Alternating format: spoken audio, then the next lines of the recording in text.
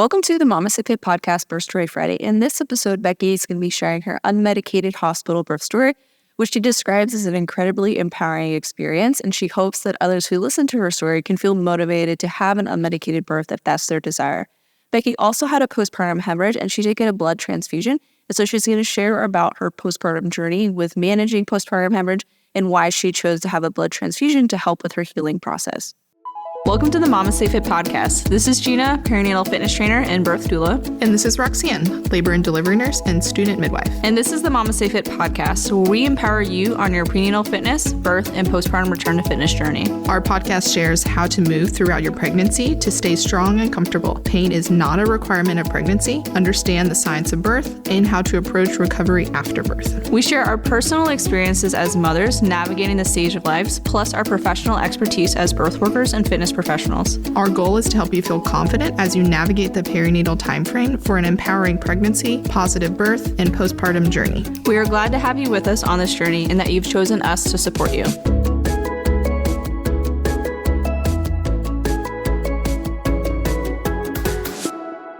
Welcome to the MamasteFit podcast Birth Story Friday. Today we have Becky here, who is going to be sharing her unmedicated hospital birth story. And we'll also be talking about her postpartum experience as well. So thank you so much for being here, Becky. Thank you for having me. I'm so excited to be here today. So can you tell us how you prepared for birth during your pregnancy? Of course, yeah. So this was my first pregnancy, and it was something that I knew even before I was pregnant that I really wanted to do, like intervention, unmedicated, spontaneous birth. So I did a ton of research all pregnancy. I read a ton of books, listened to birth stories, did meditations. I actually even made an affirmation wall in my downstairs that I would read out loud every day, especially nearing the end. And then in the last month, that's when I really kicked things into gear. So I did your birth prep course. The inversions was probably one of my favorite things. It actually felt really good to go upside down and kind of have that like uterus tension release almost. But yeah, I definitely did your birth prep course every day in that last month. Just one, to like prepare my body, but it also helped me mentally prepare for kind of what was coming and just to like really focus and connect with my body. And along with that, there was lots of stretching, the affirmations, as I said. I listened to a lot of meditations as well. I kind of got in the habit every night. I would take a little bath, nothing, I wasn't submerged, just a little warm water kind of to release my legs and the swelling. And I would listen to meditations, and it kind of just helped me, again, get my mind in the right place and prepare for what was to come. Well, that sounds awesome. We're really glad to have been a part of your birth preparation. So how was your birth? Can you tell us your birth story? Of course. So it's extremely special to me. I'm 4 weeks postpartum this Sunday. So it's still very new, and, I've been taking time to process it, but it's something so special to me. And I'm just so proud that I accomplished, an unmedicated birth. And that's really like what I want to talk about today, because, it's one of those things before you ever give birth or go into labor, you are always kind of questioning, what's it going to feel like? Can I do this? And you definitely can if you prepare, right? So I did not have any labor signs at all. I didn't have any Braxton Hicks that I knew of. I probably had them, but just didn't recognize them. My mucus plug never saw it, never had anything really. I had some mild cramping maybe in week 40, and I went into labor on 40 plus 6, so almost 41 weeks. I was seeing a midwife, so we were already taking like a more holistic approach. I didn't have any cervical checks, so never really knew if I was progressing or anything, which was a preference of mine. And then also we weren't going to even look at induction until 42 weeks. So I was kind of coasting after 40 weeks. I already told myself mentally that she wouldn't come until 41 weeks because I didn't want to, psych myself out. So it was Saturday, November 18th. We went to a birthday party. Again, I had no signs whatsoever. And we got home that night. I took my nightly bath and did the meditations. And I actually cried because I felt her little feet in me. And I don't know if maybe it was intuitively I knew, but I just was like kind of taking a moment to feel that for maybe the last time. Every time I felt her, it's like, that's going to be a memory soon. And we went to bed about 10 o'clock. I even went on like one of my pregnancy apps and posted like, when did people go into spontaneous labor? Because I was already starting to get, a little worried, almost being 41 weeks. But again, trying to stay calm and everything. So went to bed around 10 o'clock. 1 a.m. I woke up and I switched beds, which is something I did almost every night at the end of pregnancy, just because I had back pain. So it always felt good. And at 1 a.m. I had nothing going on. Cut to 2 a.m. I woke up and I had cramping, kind of like period cramps, I'd say. And I was like, oh, maybe I'll go back to sleep. This is probably just my body starting to work, nothing crazy. But I couldn't go back to sleep. So I went to the bathroom and I had some blood. And that was the first blood I've seen all pregnancy. So I was like, okay, I'm going to wake my husband up. I'm going to text my doula. So I did. And, she said, oh, stay calm. Stuff's happening. Let's just, try to go back to sleep. And I'm like, okay. I did enough research. I knew early labor, try to rest, right? So that was 2 a.m., 3 a.m., still kind of cramping, just relaxing in bed. Cut to 4 a.m., my labor progressed really quick. So I actually started timing my contractions at 4 a.m., so only 2 hours in, and they were already 3 to 4 minutes apart. So I didn't really have like a slow labor beginning. It kind of almost went into active pretty quickly. So again, I was trying to relax, laying in bed with my husband. I was gripping our headboard whenever a contraction would come and just kind of breathing through it. And we did that till probably about 6 or 7 a.m. Sun was coming up. He made me a really, really hearty breakfast, and I decided to get in the shower. Showers and water is something I thought I'd always want in birth. I even, like I said, I took baths every night to prep. And when I took that shower, I just didn't want to be in there. So I never used water again, which is so funny because, you think you're going to like something and then it ends up not being what you want at all. It's like, surprise. Yeah, Just exactly. kidding. Exactly. So he made me a really nice breakfast. It was avocado, bacon, eggs, which was awesome because that was the last time I ate, really. So in between contractions, I, tried to eat before they'd come because one would come on and you'd have food in your mouth like, oh no.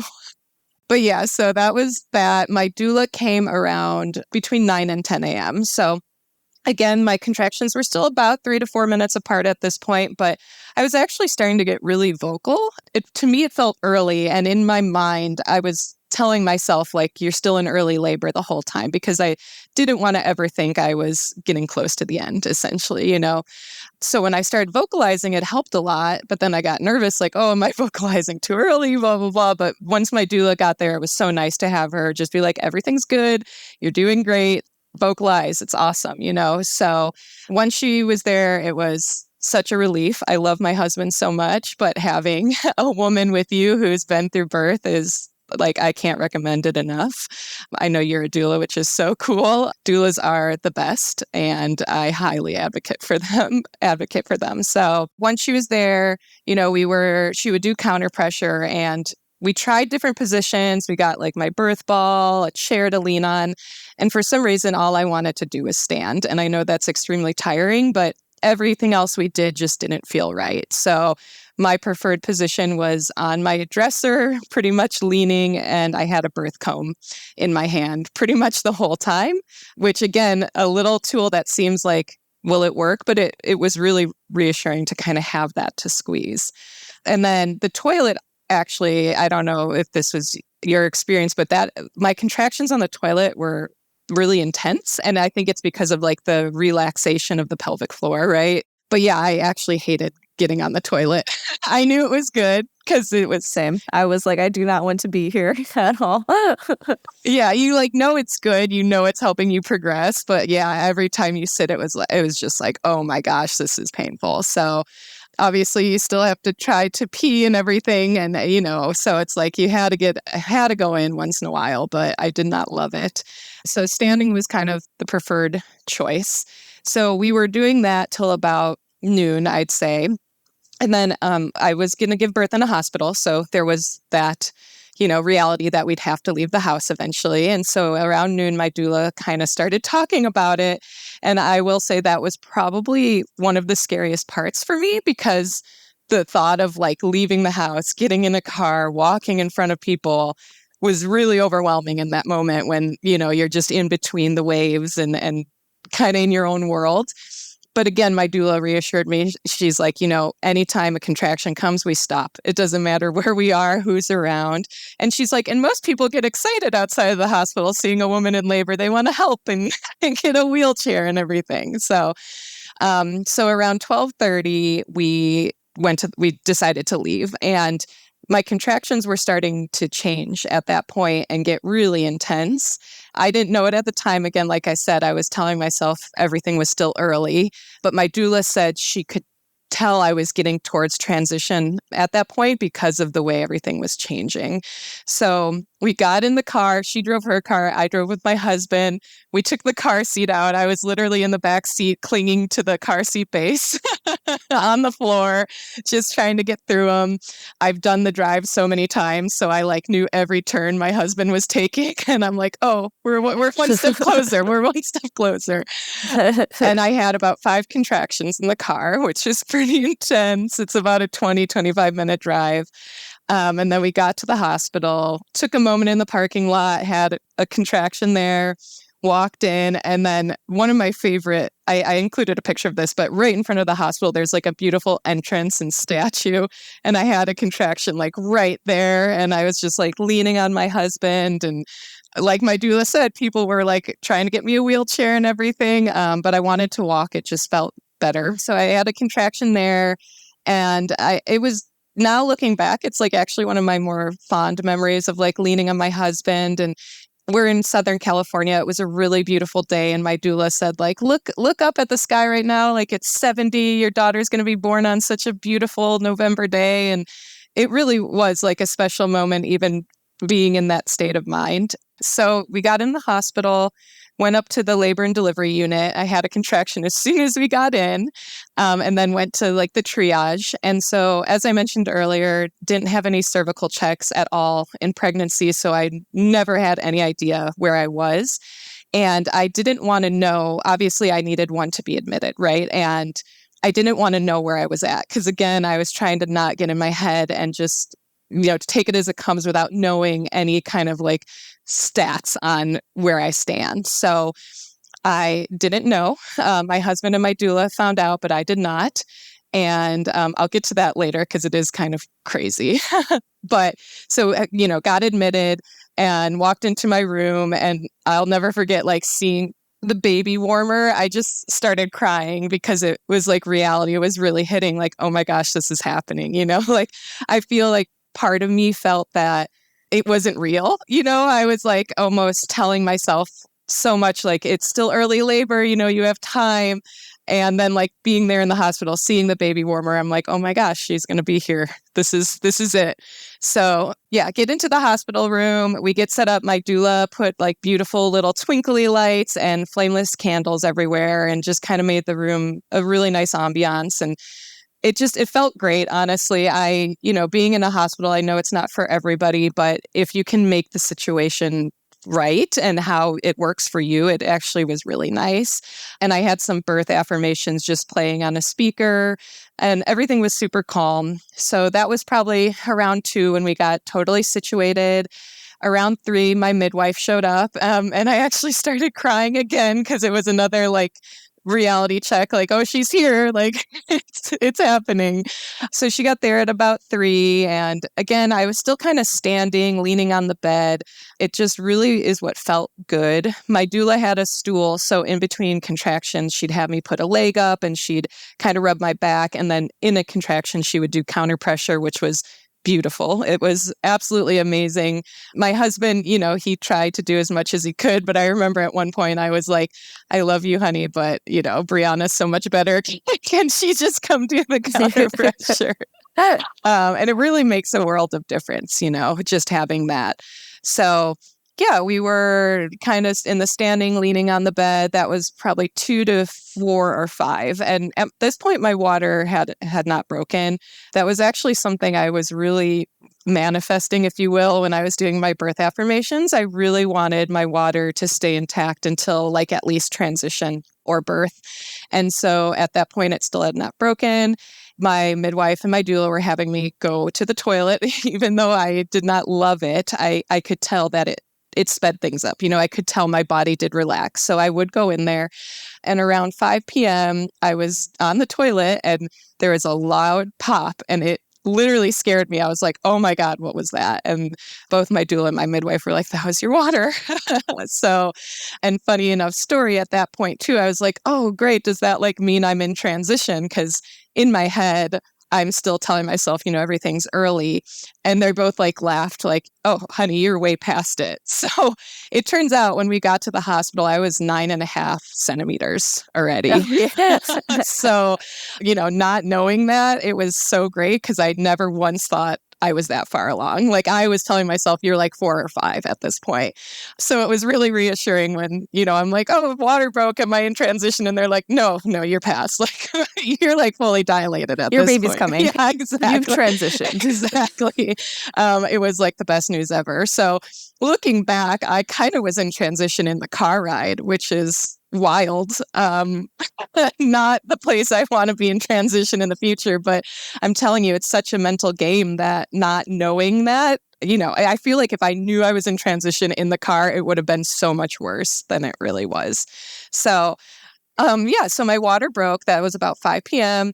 And that's when we really started getting kind of into good positions to move her down. So she was still super high. First baby, it's kind of common, right? They don't come down right away. So we were doing a bunch of they got the squat bar out for me. We were kind of doing like different lunge positions.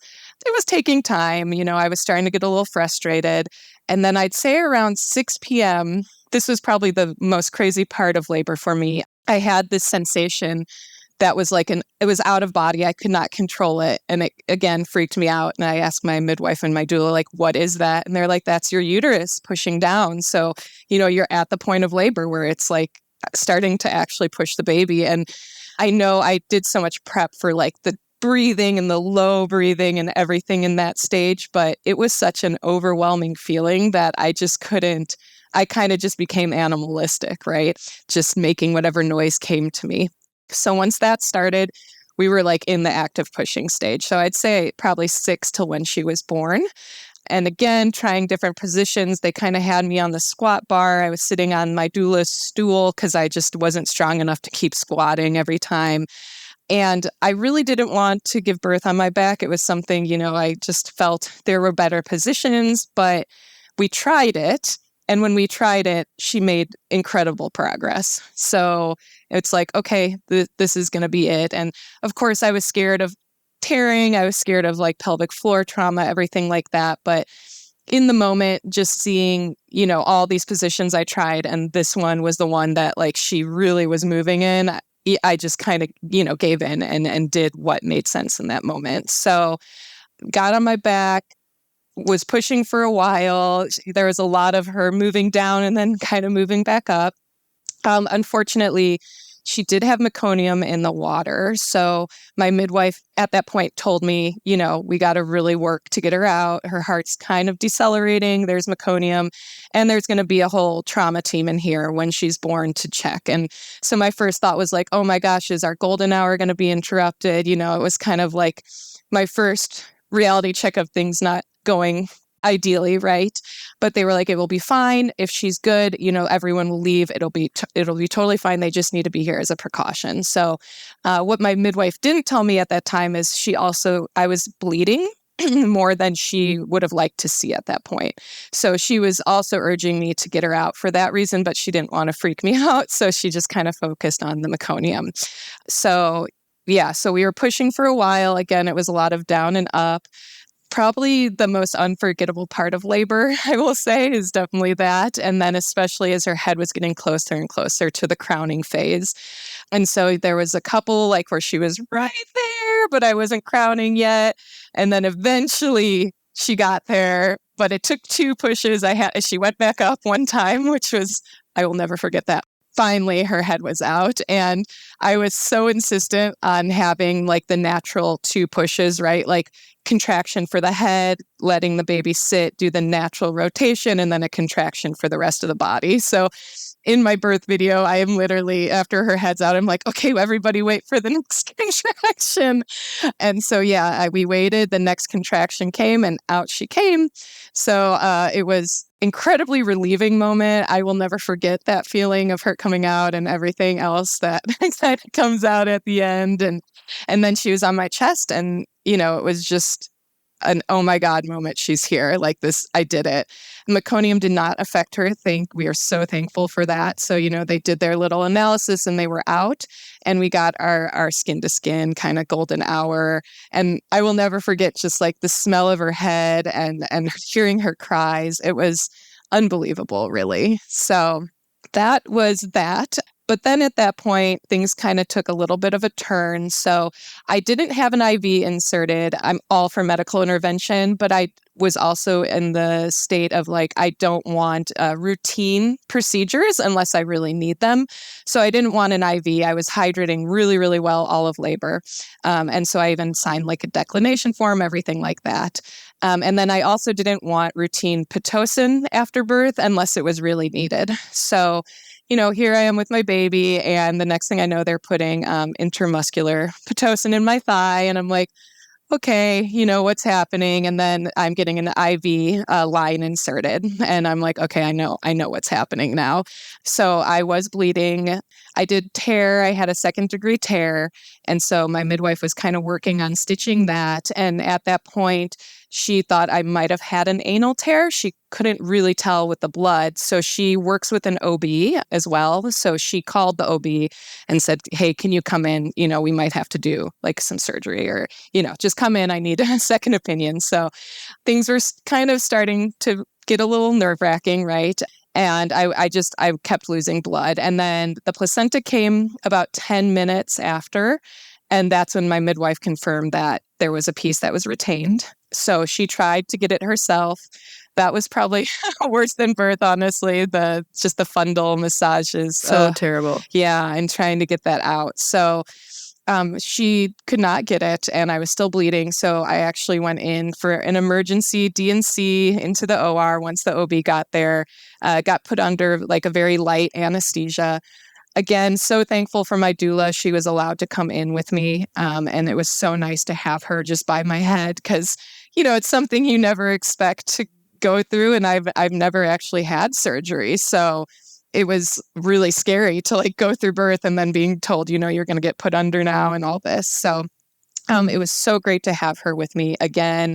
Got put under, they did the surgery, D&C, got the placenta out, confirmed I did not have an anal tear, were able to stop the bleeding. So once I woke up, I was getting wheeled back into the room. It was all good news at that point. So yeah, then I think around 11, I was back in the room. My husband was doing skin to skin with our baby.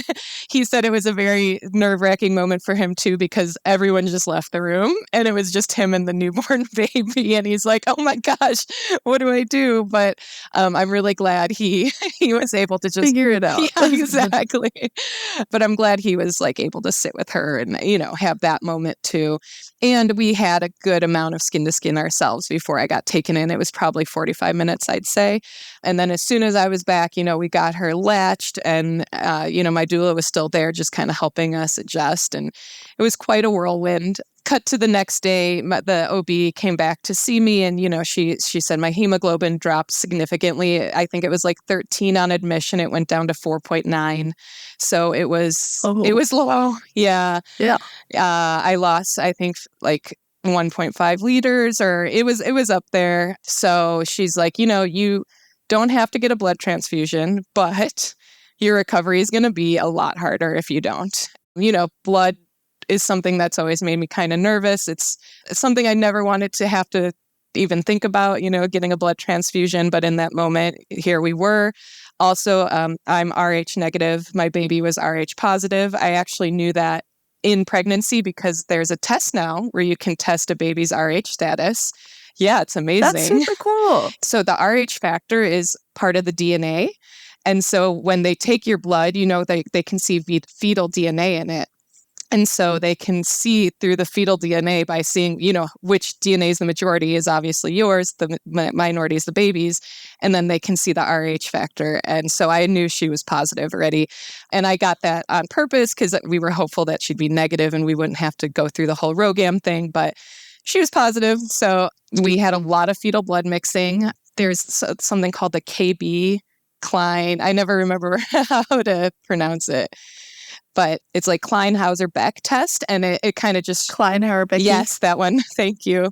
And it will show you like the fetal blood. And based on, all the trauma we had, I needed 2 units of RhoGAM just because we had so much mixing. So again, I was really, hoping that wasn't even a discussion, and we had a really smooth delivery of the placenta, and, it didn't turn out that way. So my husband and I kind of talked about it the next day, and it's like, well, we're going to get the RhoGAM because we have to, it's a lot of blood, and this is our first baby. We don't want to do that to ourselves and any future babies, right? So once we decided, we're getting the 2 units of RhoGAM, it was kind of a no-brainer, like, let's just do the blood too.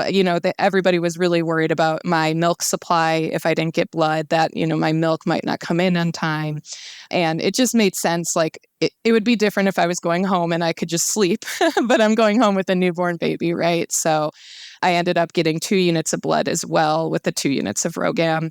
And I was in the hospital for 3 days. And on the 3rd day, my hemoglobin went up. I think it was like 6.8. I was feeling better. I was able to stand. I wasn't standing for the first few days. So they did discharge us. And now, a month later, I can say I'm feeling much more normal. And I'm really thankful I got the blood, because I think if I didn't, I would still be feeling really terrible. Yeah. So... Yeah. Yeah. I had, like, after my birth, in this past birth, I lost like a pretty decent amount. And I did not get a blood transfusion, and my recovery was long. Yeah. To just like be able to stand up and not pass out, or not feel like I'm about to pass out, or just like weak. Yeah. Feeling like so weak and like short of breath. So I'm glad that you got the blood transfusion as well. Yeah. Yeah, exactly. And everyone I talked to was kind of saying exactly that. They're like, I mean, you don't have to do it, but you have to be ready for like how hard it's going to be. And it's like, okay. Yeah. And it could also affect breast milk production. So like if you are severely, hypovolemic, there you go. So like you just lost a lot of blood. If you've lost a lot of blood, like a majority of our breast milk is like water, right? And, stuff from our bodies. If we lose a lot of blood, we're also losing a lot of water. And so that could affect how much breast milk you're able to produce. So totally. If like a lot of people who have had postpartum hemorrhages, sometimes their milk takes longer to come in, or their baby will lose a lot within those first few days until that mature milk comes in, just because they're not able to produce the milk that your baby needs. Yeah. Yeah, exactly. Until your like blood levels come back. And that's what they're explaining to me too. They're like, your body has to like pick and choose, and your milk is going to be on the back burner of things it wants to do. But with that, I'm also glad I got the blood, because on the day I got discharged, the lactation consultant came in and she's like, I was ready to have a conversation with you today about, like supplementing and things, but my milk came in on day 3. It was amazing. And I've actually been exclusively breastfeeding since birth, and she's where she needs to be. I've had lactation come every week, and I'm so thankful again that I was able to, my body was strong enough to do all these things. It's really given me a whole new respect for my body and like what it went through and what it's done since. That's amazing. So would you have another unmedicated birth? If you can go back, would you do it the same way? Hands down, yes. Now that I've done it unmedicated, I honestly can't picture doing it any other way. Even though the ending was not ideal, looking back at it is such a magical thing for me. Like I look back with such nostalgia and pride, and I just have so many warm feelings about it. It's kind of insane, but, a month later, I can't even really remember what a contraction feels like. Like when they say your body forgets, it really does. Oh, yeah. It's how you get tricked. It's how you have more kids. Yeah, exactly. It's wild, though. Like, I'm like, how could I forget that? It was so real in the moment. But even though it's hard and you feel everything, it's such a rewarding experience to, one, know you did it, two, to really go through it in real time and have your body do what it's meant to do, right? Like your hormones, they adjust the way they should. And it was really amazing. I even remember a moment like after I was fully dilated and before the pushing where the contractions kind of backed off a bit. And I remember reading about that, like sometimes your body will give you a little bit of a break. And I remember feeling like, oh, these contractions are actually a little bit better before they got crazy again. But even just rest and be faithful. Yeah. And even just like feeling my uterus actively pushing, like just everything about it was so amazing. And I can tell you, like, quite honestly, I never once had the thought, I need pain medication. Like, it was never even a thought in my head. I just knew I had to get through it. And I did, like, and I think, again, not letting myself know like how far along I was, and just kind of letting myself just kind of say, you got a while to go, you're going to get through it, really helped, because before I knew it, I was at the pushing stage. And then also you kind of go into like a dream-like place, right? I remember like coming out of the bathroom at one point and all the lights in the hospital room. And I looked at my midwife and I'm like, I feel like I'm in a dream. Like, it just felt, again, magical. I don't know how else to explain it. You think with like all the pain, it wouldn't be magical, but it really was. And it was just amazing to see what my body could do and just experience it as it was meant to be. Right. So yeah, I would definitely do it unmedicated again. Hopefully you're not like me, where you're like, I'm going to give myself some time before I have another baby, because I'll be like covered in blood, like holding my baby. I'm like, I need more. Like, let me do that again. That was amazing. And my husband's like, can we wipe the blood off first? Like, so give yourself a little bit of time. I've definitely had thoughts. I mean, it's changed. Like, before having her, I was like, I don't know if I want more, I got to see. And like, since she's been here. Yep, exactly. Since she's been here, I'm like, give me them all. This is how people end up with 6 kids. Like, they forget and then they're like, out again. But then you have to raise them. It's such an incredible experience, though. Every day just gets better. Yeah. And postpartum, I mean, I've only done a month. It's hard, but like, you still want to do it again. Well, thank you so much, Becky, for coming on the podcast and sharing your birth story. For those of you that are listening, we are going to link Becky's birth video as well. She did share that with us, so we'll link that in the show notes so that you can see her birth video and you could hear her say, like, let's wait for the next contraction as she's pushing her baby out. I'm excited to go watch it myself. And so, thank you so much for coming on the podcast and sharing your amazing story. Of course. Yeah, thanks so much for having me. I really appreciate it. Hi, my name is Carrie LeBlanc. I'm the owner of Training for Motherhood. If you are deciding whether or not to take MamasteFit's free postnatal fitness trainer course, do it. It is so organized, so thorough, and so informative. It's clear that Gina is passionate about what she does, and she truly cares and wants to help people learn and grow as trainers. I'm walking away with so many new exercises to give my clients a renewed sense of inspiration to help people, and then also just a deeper understanding of the female body in the pre and postnatal phase. So if you're deciding, go ahead and do it. So Becky had mentioned that she is Rh negative, and Rh is a protein that is found on the surface of red blood cells. And if you have this protein, this means that you are Rh positive. And if you don't have this protein, this means that you are Rh negative. And if you look at your blood type, if you are AB positive or AB negative, that is what that means. That positive and negative means whether or not you have Rh factor. During pregnancy, this is important to know whether you are positive or negative, because sometimes if you are negative and baby has a positive blood type, this can cause mixing and your body can create antibodies against a positive blood type, so that positive Rh factor. And then in subsequent pregnancies, this can cause an issue because those antibodies will be created and then can attack the fetus. So knowing whether or not baby is positive can be really beneficial. Before, it used to only find out after birth. We would draw baby's blood type as well as your blood type to see if there was any mixing, as well as to see if baby was positive or negative. If baby was negative, you then did not need RhoGAM because there was no mixing of positive and negative Rh factor blood. But if baby was positive, they would then do some testing on your blood to see if there was any mixing and then decide how much RhoGAM you needed to prevent this Rh isoimmunization, so that mixing and antibody creation for future pregnancies. If this happened in future pregnancies, this would again create the antibodies to affect the baby, whether it would cause miscarriages or just cause complications for future babies.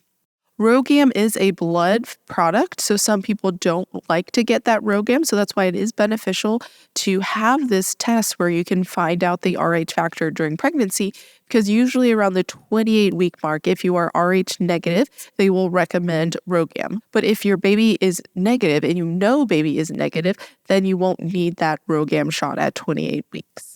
So just to review, Rh factor is found on the surface of red blood cells. If you have this protein, you are Rh positive.